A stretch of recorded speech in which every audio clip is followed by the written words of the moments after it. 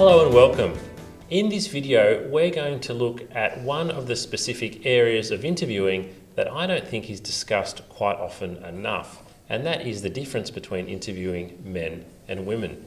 And helping us to do so is expert and psychologist Paul Clifford from Paul Clifford Psychology. Welcome, Paul. Thanks, James. Thanks. Great to be here. So are there differences between men and women in the workplace, or is it a bit of a myth? When we look at then putting ourselves forward for jobs, for instance, I think that's when it's about me as a person.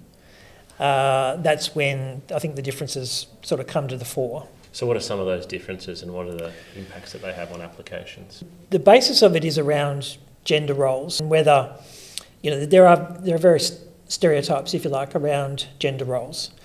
The stereotype for a woman is to be more kind of demure and agreeable. The stereotype for men is to be more perhaps outspoken, assertive, competitive. And so there are obvious play out in terms of stereotypes where people show that they believe in that stereotype. And then there can be more implicit behaviour where the person doesn't really even kind of fully realise that they are buying into that stereotype. So what happens is you go into interview and then women feel there's a natural inclination to feel that they need to play the female role, which is more agreeable. Mm-hmm. The men feel like they can play the more aggressive, assertive, competitive role. And the danger is that the stereotype around leadership is that it's an aggressive, assertive, competitive type role. So you've got male and female stereotype, and the stereotype around leadership falls on the male side, right? So for instance, this idea that leadership requires someone to be, say, assertive and competitive, and we put those two competencies at the top of the list.